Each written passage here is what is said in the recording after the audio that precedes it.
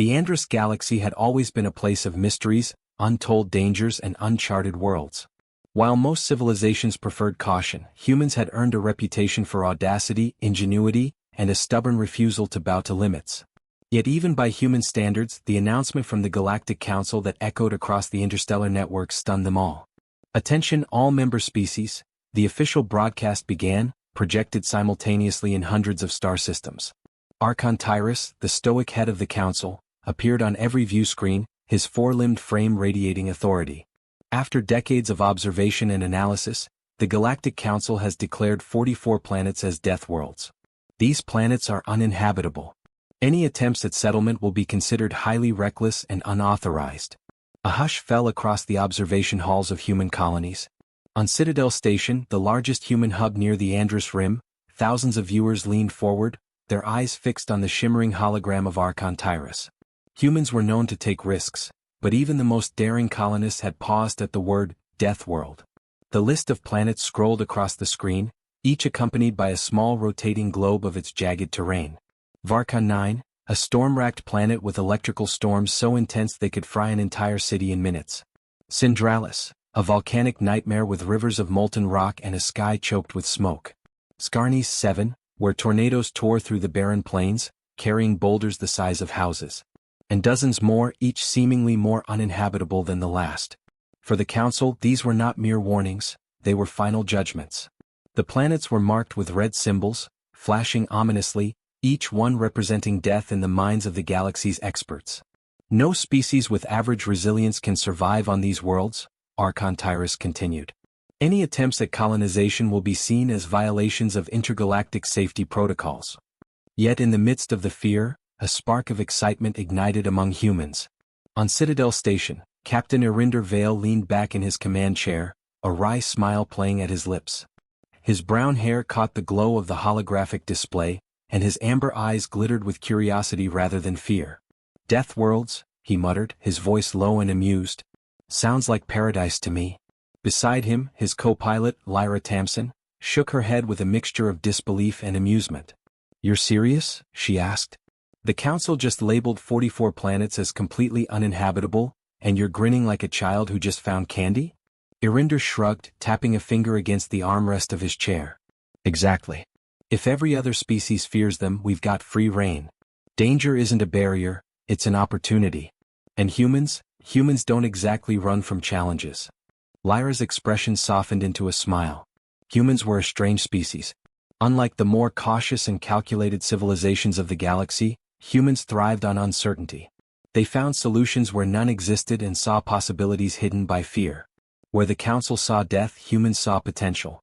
Meanwhile, across the galaxy, human news channels were flooded with messages from civilians. Citizens debated the Council's announcement with an enthusiasm that other species found baffling. Some planned exploratory missions, others debated the scientific value, and a few simply saw the thrill of adventure. Across countless worlds, a shared sentiment emerged. If it's dangerous, it's worth trying. In the Galactic Archives, researchers studied the data presented by the Council, documenting storms with winds exceeding 1,200 kilometers per hour, wildlife that could shred a colonist in seconds, and atmospheres laced with chemicals lethal to most life forms. Even seasoned interstellar travelers shivered at the thought of surviving a single day on some of these worlds. But for humans, survival wasn't just about staying alive, it was about adapting, learning, and thriving. "Irinder," Lyra said, her voice steady but filled with awe, "we could die on these planets. There's no way around it. The storms on Varkon 9 alone, they could wipe out an entire colony before sunrise." Irinder leaned forward, resting his elbows on his knees, his gaze fixed on the holographic projection of the storm planet. "Lyra, look at it this way. Every other species will avoid it. They'll see nothing but death. But we can study it, learn from it, and, if we're smart, survive. That's how humans make history." In the background, the station's AI, Omnix, chimed in with a synthetic voice. "Captain Vale, risk assessment indicates a 79% probability of fatality on first contact with Varkon 9. Irinder chuckled. "Omnix, risk is irrelevant. Humans don't calculate probabilities like machines. We calculate possibilities." Lyra laughed softly. "You're impossible." At the same moment, across other sectors of the galaxy, alien species were reacting with horror. The Sarkith, known for their caution and longevity, debated in fear. They cannot possibly survive, one elder hissed. No species has ever dared colonize a death world. They will fail. But for humans, the warnings were like sparks to dry kindling. Across Citadel Station, applications to settle on these 44 death worlds were being submitted in real time.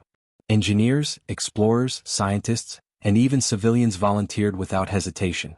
Archons of the Council could only watch in disbelief as the species they had underestimated began marching toward the impossible. By the end of the announcement, Irinder and Lyra were preparing their first mission. The goal was not to fight, not to conquer, but to understand and survive. They would be the first humans to attempt colonization of a death world, Varkon 9. Irinder turned to Lyra, eyes burning with determination.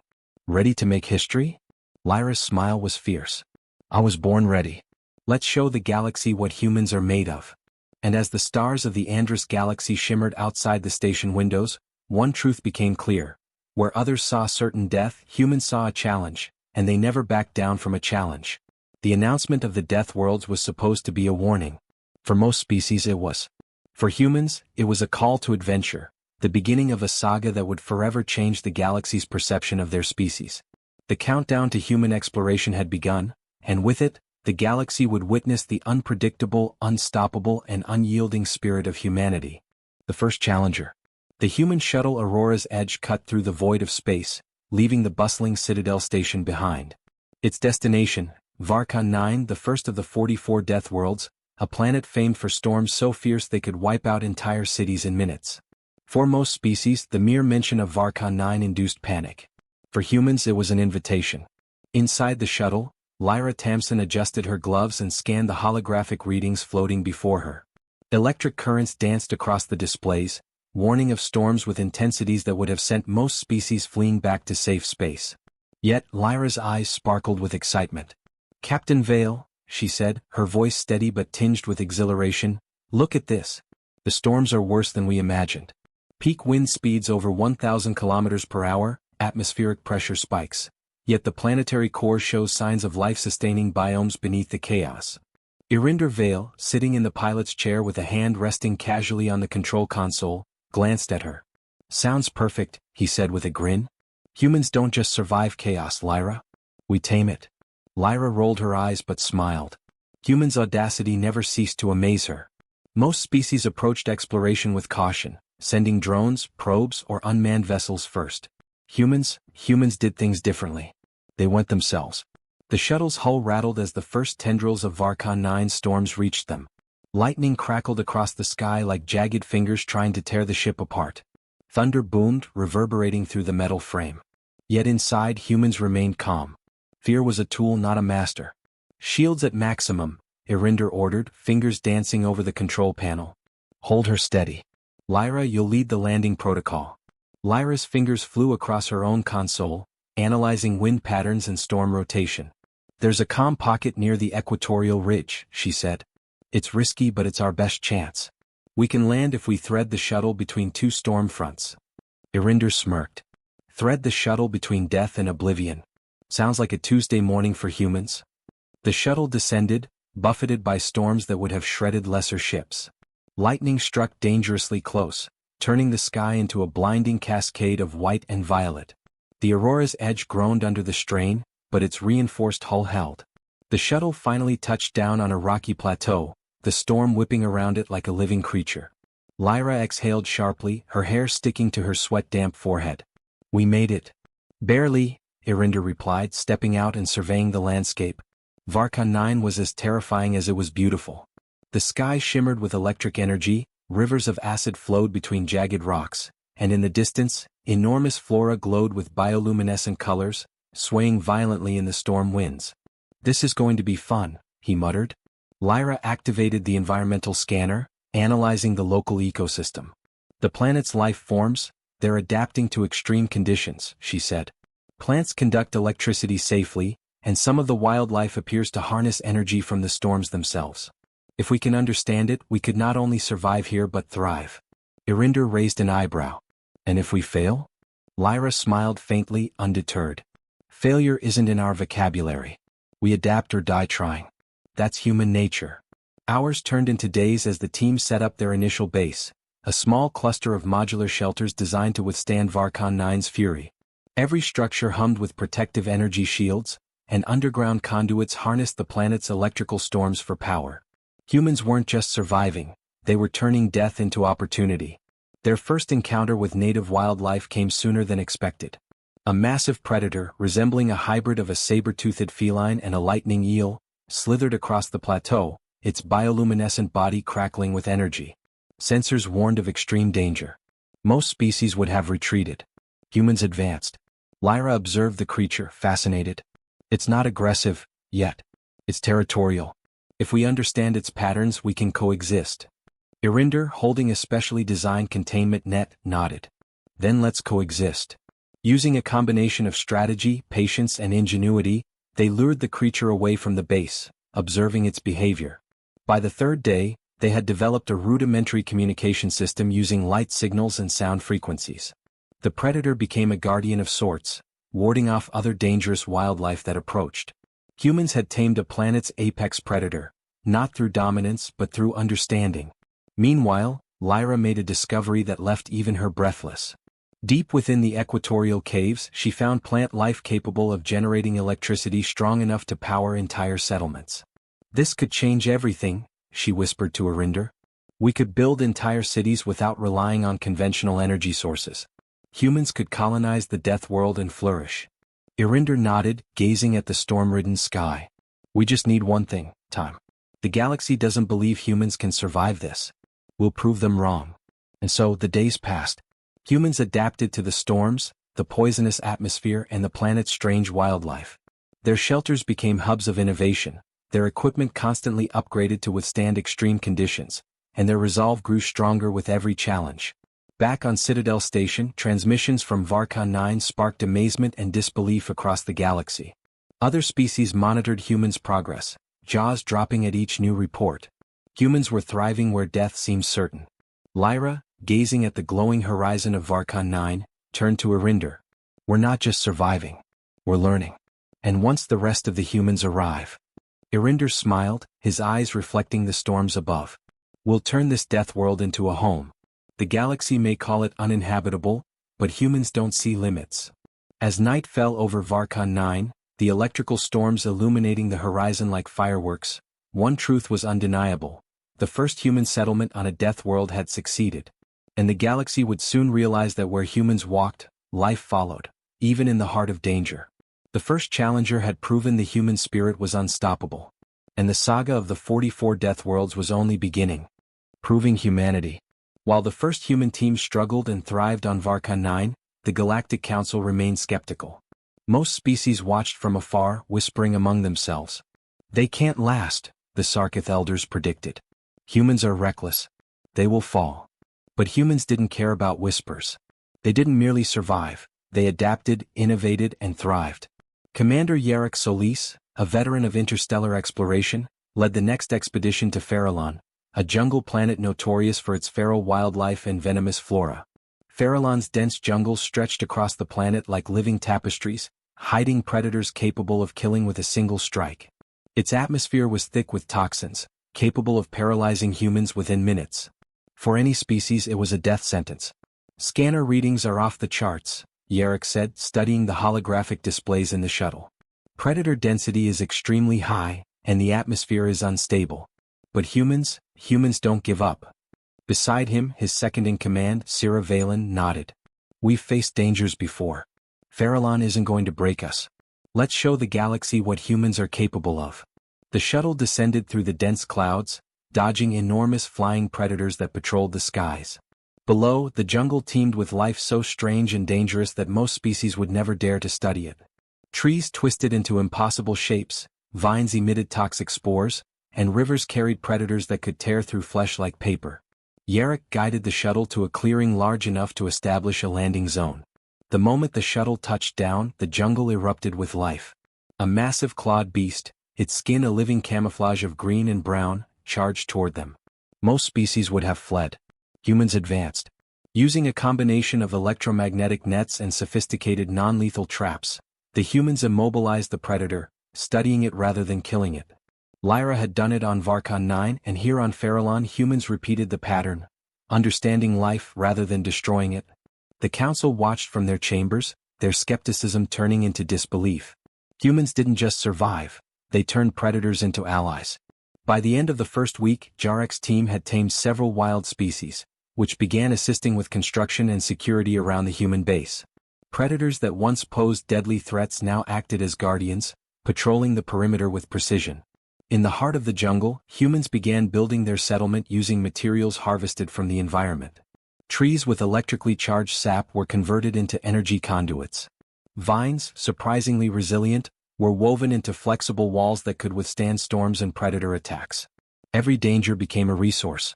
Every challenge became an opportunity. One evening, as the twin moons of Farallon rose above the canopy, Syrah recorded a transmission back to Citadel Station. Day 12. Humans have established a stable base. We've tamed predators, adapted to toxic air, and begun cultivating jungle plants that provide both nutrition and medicinal properties. The Council's warnings were accurate, but incomplete. Humans do not merely survive, we thrive. Yarek, watching the glowing jungle from the observation deck, nodded. They'll never admit it, but every species watching this is learning. Humans are not bound by fear. We turn impossible worlds into homes. But Farallon was not without its challenges. A massive storm struck on day 20, uprooting trees, flooding the settlement, and sending panicked predators into chaos. Sensors predicted catastrophic damage, yet humans did not panic. Syrah coordinated teams with calm authority, sending engineers to reinforce shelters and medical units to treat minor injuries.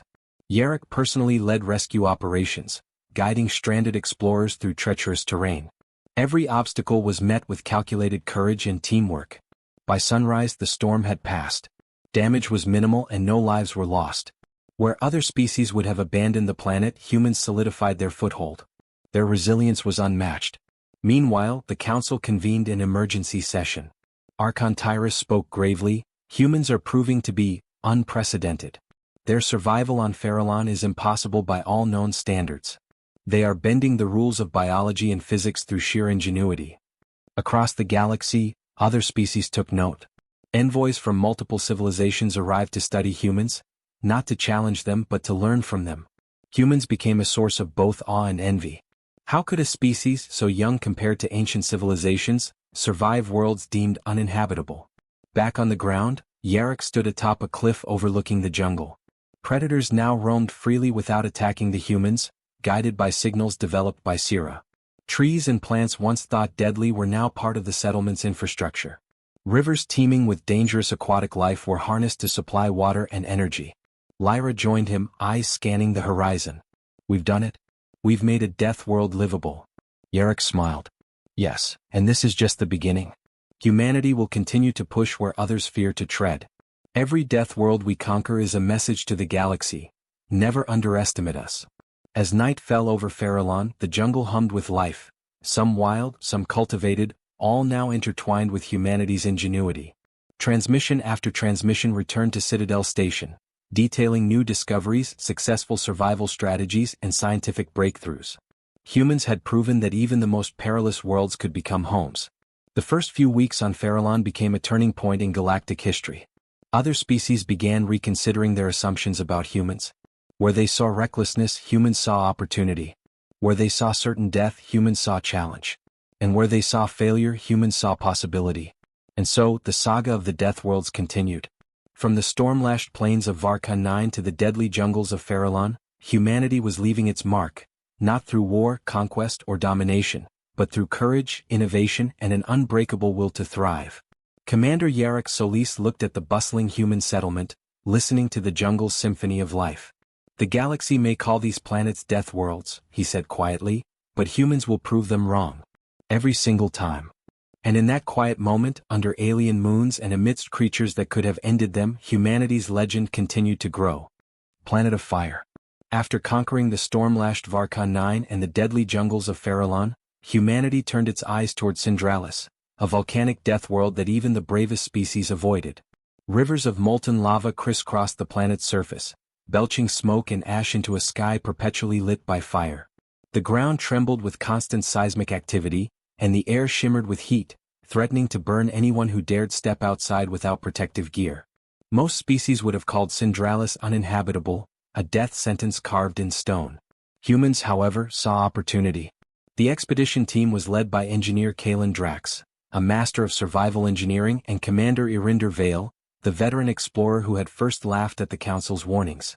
Kalen's reputation for transforming hostile environments into thriving colonies was unmatched, and he thrived on challenges that seemed impossible. As the human shuttle descended toward the molten plains, Kalen activated the external scanners. "Temperature readings are off the charts," he said, his voice calm but precise. "Surface heat averages 600 degrees Celsius. Lava flows are unpredictable. Any misstep and we could lose the shuttle." Irinder's amber eyes sparkled with excitement. "Perfect," he said. "Humans don't walk away from a challenge. We engineer our way through it." The shuttle touched down on a rocky plateau near a river of molten lava. The heat radiated through the reinforced hull, shimmering the air outside like a mirage. Dust and ash swirled with every gust of wind, making visibility almost impossible. Kalen deployed the thermocore shields, human-engineered devices that emitted localized cooling fields. They created pockets of habitable space around the shuttle, allowing the team to safely disembark and begin scouting the area. "This place, it's alive," Kalen muttered. The molten rivers flowed as if with purpose, and the ground pulsed beneath their feet.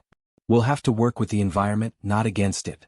We can't just survive here, we'll harness it." The first task was construction of the base. Kalen's team erected modular shelters made from heat-resistant alloys and reinforced ceramics capable of withstanding both lava flows and seismic tremors. The engineers then built conduits to capture geothermal energy from volcanic vents, creating a power grid capable of sustaining the settlement indefinitely. Meanwhile, Commander Irinder and Lyra Tamsin, now part of the exploration team, ventured toward the volcanic fissures. Here they discovered unusual flora adapted to extreme heat. The plants glowed with an inner light and emitted steam as they absorbed ambient heat, creating breathable microenvironments. Lyra's eyes widened. "These plants could support human life," she said, taking detailed samples. "They convert extreme heat into usable energy. We could build entire settlements around them." Irinder smiled, watching the glowing vegetation sway in the thermal winds. "The galaxy thinks this planet is a death world. We'll show them that death is just a step humans overcome."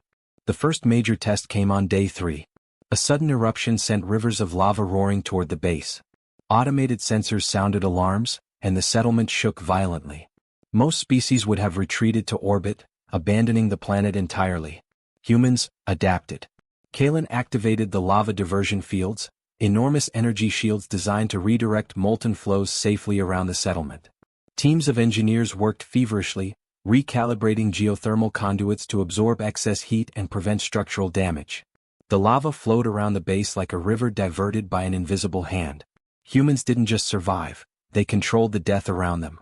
Lyra observed an unusual creature emerging from a lava vent, a rock-skinned quadruped with crystalline growths along its back. Most species would have panicked. Humans approached cautiously, studying its behavior. By understanding the creature's heat tolerance, they devised ways to coexist, using its thermal energy to supplement the base's power grid. By the end of the first week, the base was fully operational. The settlers had transformed a seemingly hostile planet into a functional outpost. Communications were established with Citadel Station, and transmissions sent back detailed progress, leaving the galaxy astounded. Back on Citadel Station, the Galactic Council convened once more. Archon Tyrus addressed the room, his usually stern demeanor shaken. "Humans have survived Varkon 9, tamed Farallon, and now thrive on Syndralis," he said gravely. "They are rewriting what is considered possible. This species is unlike any other in the galaxy. Where others see death, they see potential." Meanwhile, Kalen and his team continued to explore. Lava tubes hidden beneath the surface offered natural shelters, and geothermal vents provided sustainable energy. They discovered mineral deposits capable of powering advanced technology, turning Syndralis from a volcanic nightmare into a hub of innovation. Commander Irinder climbed a ridge overlooking the molten plains. Below, humans moved confidently, their protective suits gleaming against the heat, conducting experiments, collecting resources, and expanding the settlement. He turned to Lyra, standing beside him, her eyes reflecting the fiery horizon. "The Council called this a death world," he said quietly.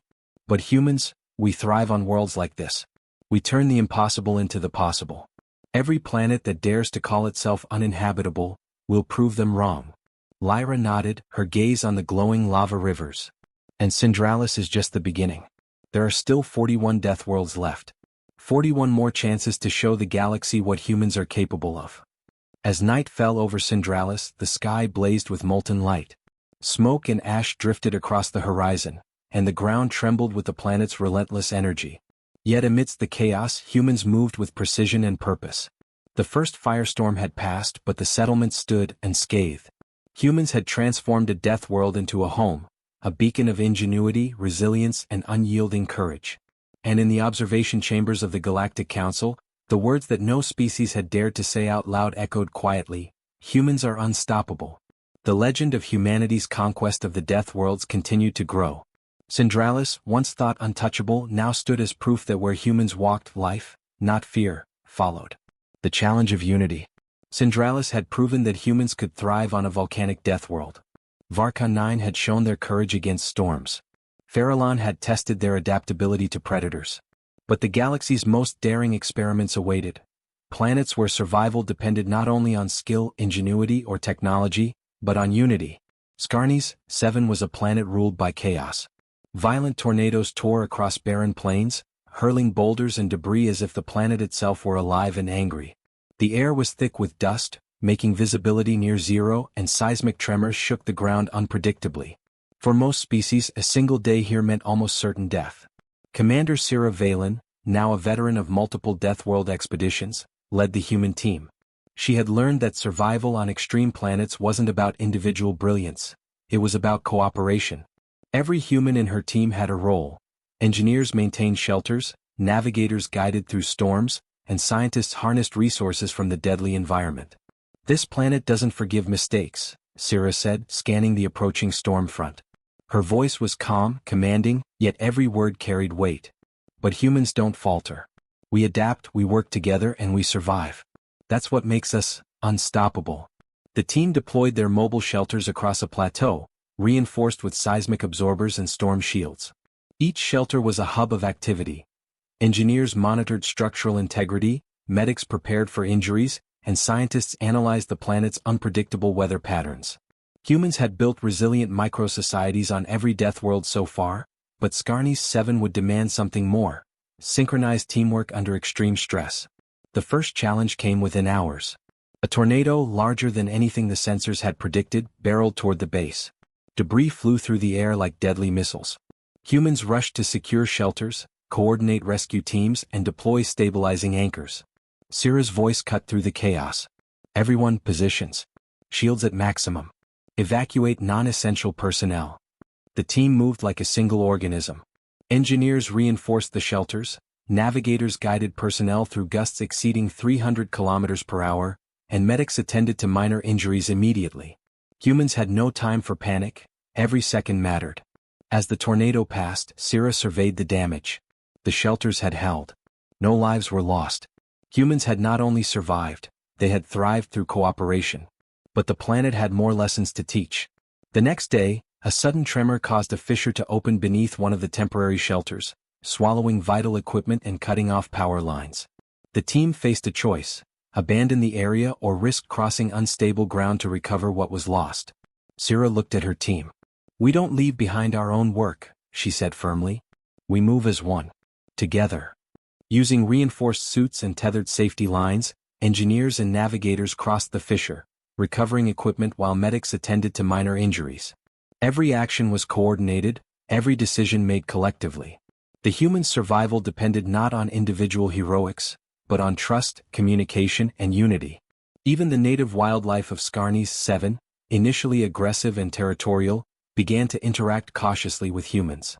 Through careful observation and respect for the planet's ecosystem, humans developed techniques to avoid confrontation, turning potential threats into manageable hazards. Days turned into weeks, and the human settlement on Scarnis 7 grew. They harnessed wind energy from the constant storms, constructed shelters capable of withstanding even the largest tornadoes, and developed sophisticated communication networks to coordinate across the vast plains. Every challenge was met with collaboration, ingenuity, and resilience. Back on Citadel Station, transmissions from Scarnis 7 left alien species astounded. Humans weren't just surviving death worlds, they were building societies, thriving in environments that had been deemed absolutely lethal. The Council could no longer dismiss them as reckless. Archon Tyrus convened an emergency session. They survive because they cooperate, he said quietly, addressing the room. They turn chaos into order, danger into opportunity. We have underestimated them at every turn. Syrah, watching the twin suns set over the storm-ravaged plains, reflected on the human way. Other species run from challenges, she said softly to Arinder Vale, who had joined her expedition. Humans face them together. It's not just courage or technology, it's the way we trust each other, the way we move as one. That's our edge. Arinder nodded. It's unity. Every death world has tested us in a different way, but Scarni's 7 proves it's not just about surviving the planet, it's about surviving with each other. The following days brought new trials. Flash floods cut across the plains, forcing emergency evacuations. Sandstorms reduced visibility to zero, requiring teams to navigate blindly with only intuition and trust in one another. Yet, every obstacle was met, every crisis managed. Humans continued to innovate. They built modular shelters capable of rapid relocation, automated environmental sensors to predict storms, and communication drones to guide personnel safely across unstable terrain. By the end of the first month, Scarni's 7 had been transformed. What had once been a chaotic death trap now contained human settlements, thriving research hubs, and sustainable energy systems. Humans had turned extreme environmental challenges into opportunities for innovation, learning, and growth.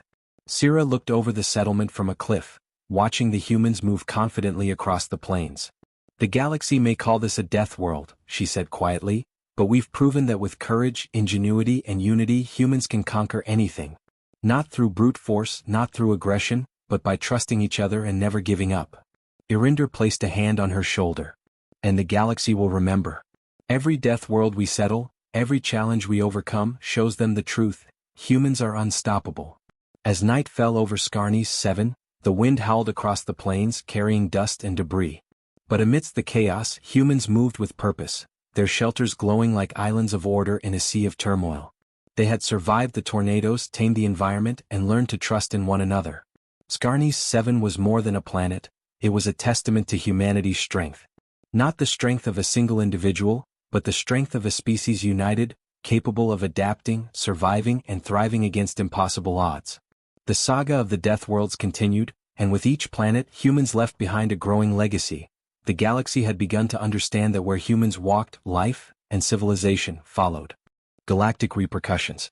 The galaxy had always prided itself on careful planning, order, and caution. Most species obeyed the rules set by the Galactic Council, avoiding dangerous worlds and respecting the limits of survival. But humanity ignored those limits. News of human success on Varkon 9, Farallon, Syndralis, and Scarni's 7 spread like wildfire. Transmissions showing thriving human settlements on worlds declared uninhabitable reached every corner of the galaxy.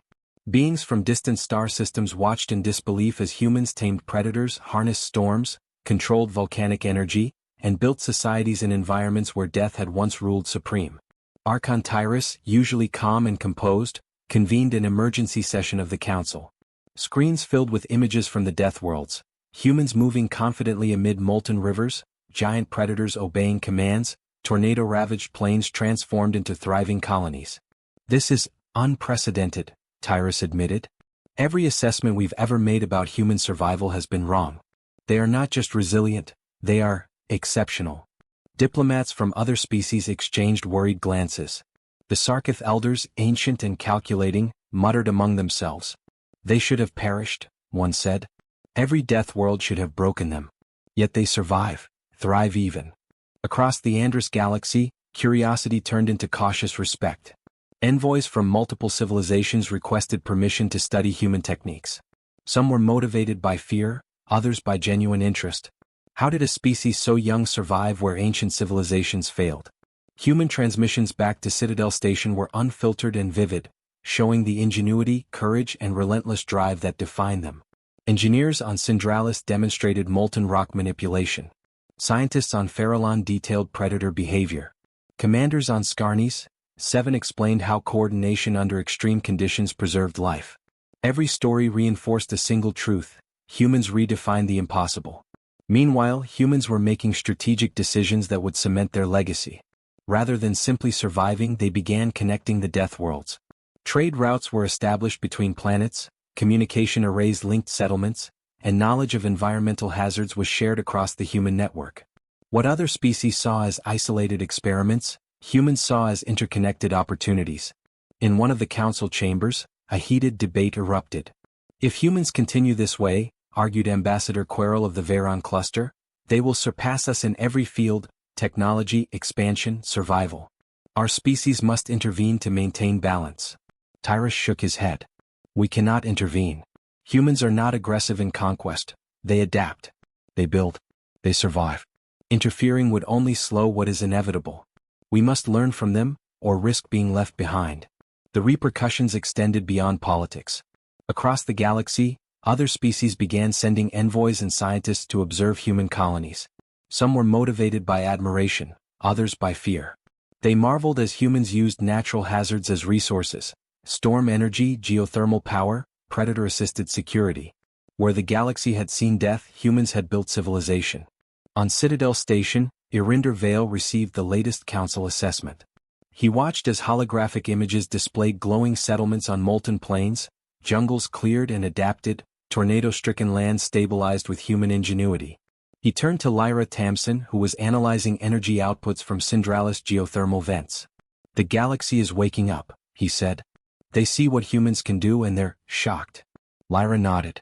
They thought the council's warnings were final. They didn't realize humans don't follow rules, they redefine them. On Scarnes 7, Syrah Valen recorded a transmission for Citadel Station. We've survived tornadoes that should have destroyed us. Every shelter, every life saved was the result of trust, coordination, and adaptability. The galaxy may have called this planet uninhabitable, but humans make the impossible possible. Even in the council, whispers of admiration mixed with unease. They are not just explorers, Tyrus said quietly to his advisors. They are pioneers, innovators, and survivors. Their legacy will shape the galaxy for centuries. Human ingenuity wasn't just technical, it was social. Colonists from different planets shared knowledge, strategies, and innovations. Dangerous plants tamed on Farallon were adapted for Scarnes 7. Lava harvesting techniques from Syndralis informed energy systems on other Deathworlds. Where humans thrived, collaboration became a culture. Other species began to understand a fundamental truth. Humans weren't unbeatable because of advanced technology alone. They were unbeatable because of their spirit, creativity, and adaptability.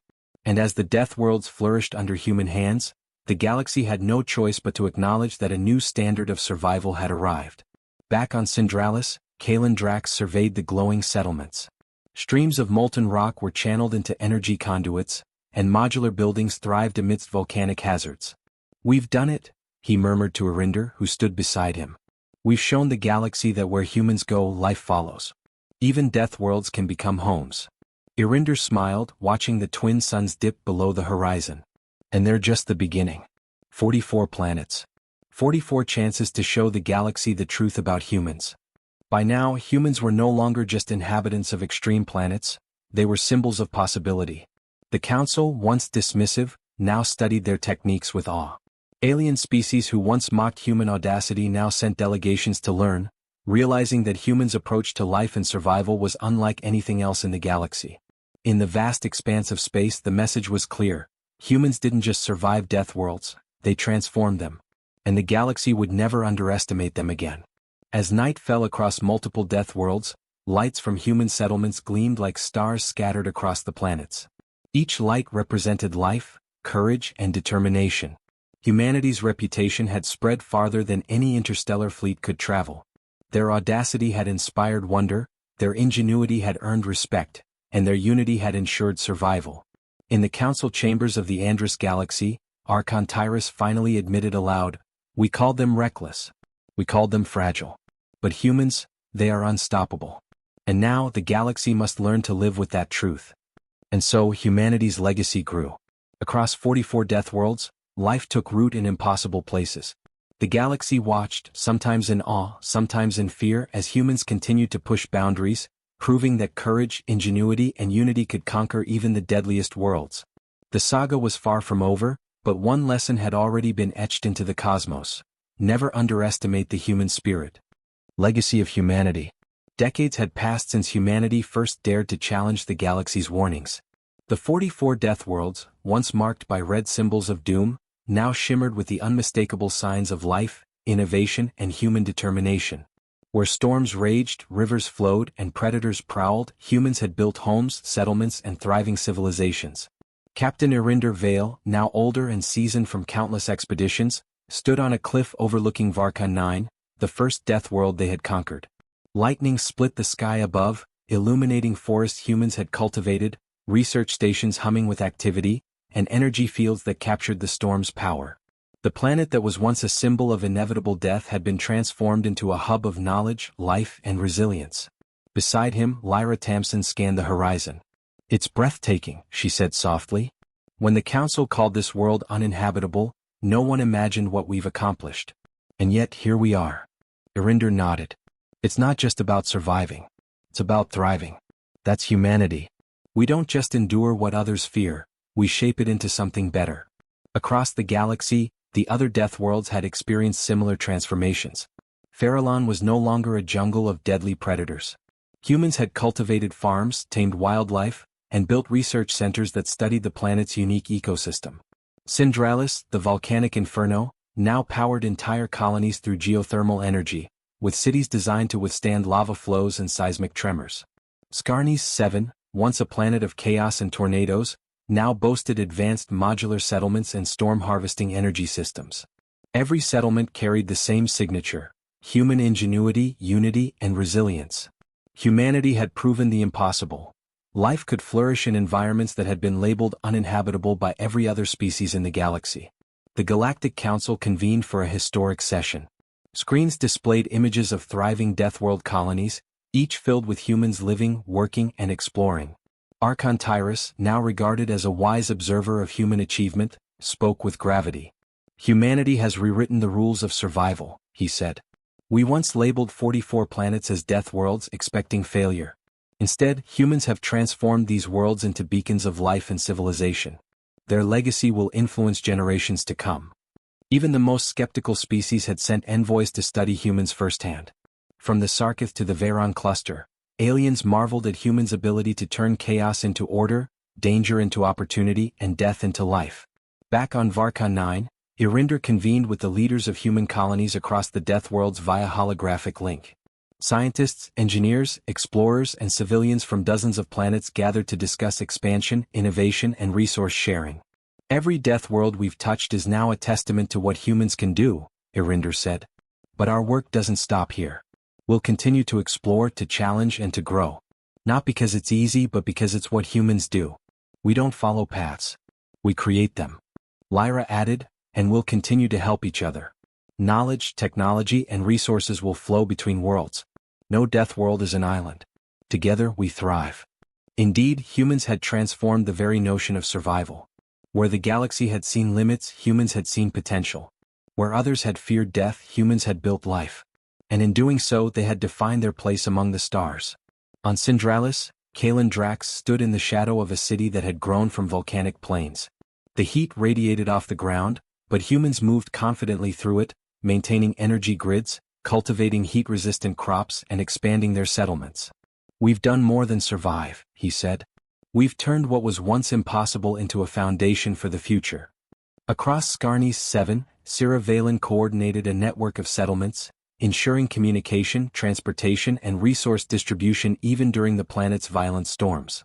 The once chaotic plains now reflected human precision, cooperation, and unyielding determination. As the decades passed, humans became more than colonists. They became symbols of hope and audacity across the galaxy. Other species began to emulate human methods, embracing innovation, adaptability, and teamwork in the face of danger. Humans had shown that survival was not just about strength, technology, or numbers, it was about the spirit to face the impossible without fear. One evening, as the twin moons of Varka 9 rose in the sky, Irinder Vale addressed the assembled leaders of the human colonies. His voice carried across the holographic network. The Council called these planets Deathworlds. Other species believed they were uninhabitable. But we did not see limits. We saw challenge. We saw life where others saw death. Humanity's legacy is not just in survival, it is in defining possibility itself. And as long as we continue to explore, to innovate, and to trust in each other, there is no world we cannot make our home. The assembled leaders nodded, understanding that this was more than a message of triumph, it was a call to action for generations to come. Humans would continue to push boundaries, not for conquest, not for dominance, but for growth, knowledge, and the audacity to thrive where none dared try. And across the galaxy the lesson became clear. Never underestimate humans. The species that laughed at Deathworlds, that tamed storms, volcanoes, jungles, and chaos, had proven a truth that no map, rule, or council could deny. Where humans walked, life followed. Where others feared, humans dared. Where the galaxy saw death, humans forged a legacy of life, hope, and unyielding courage. In the glow of the Deathworlds, humanity's story shone brighter than any star. 44 worlds, once destined for oblivion, now stood as monuments to what a species could achieve when imagination, courage, and unity overcame fear. The galaxy would remember. And humanity? Humanity would continue to rise, to explore, and to transform the impossible into home. Because that was the human way.